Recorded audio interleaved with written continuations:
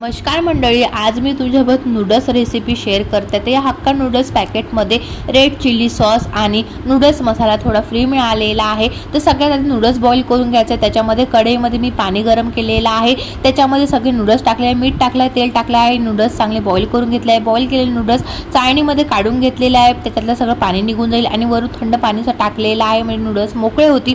सगळे व्हेजिटेबल चिरून घेतले आहे, सॉस काढून घेतलेला आहे, कढईमध्ये तेल गरम करून घेतलं आहे, त्याच्यामध्ये लसूण आणि कांदा टाकलेला आहे। सगळ्यात आधी ते थोडं फ्राय झालं की सगळे व्हेजिटेबल टाकले आहे। व्हेजिटेबलमध्ये मी पत्ताकोबी, शिमला मिरची, गाजर घेतलं आहे। हे थोडं फ्राय झालं की याच्यामध्ये तिखट मीठ टाकलेलं आहे आणि तिखट मीठ मिक्स करून घेतलं आहे। तिखट मीठ मिक्स झालं की त्याच्यामध्ये आपण सगळे सॉस टाकणार आहे। सॉसमध्ये मी red chilli, green chilli, soya sauce, टमाटर केचप आणि हे सुद्धा सगळं मिक्स करून घेतलं आहे। त्याच्यामध्ये बॉईल केलेले सगळे नूडल्स टाकले आहे, मसाला टाकलेला आहे आणि 2 चमचच्या साहाय्याने मिक्स करून घेतलं। रेसिपी रेडी आहे, कशी वाटली सांगा आणि चॅनलला सबस्क्राईब करा। बाय।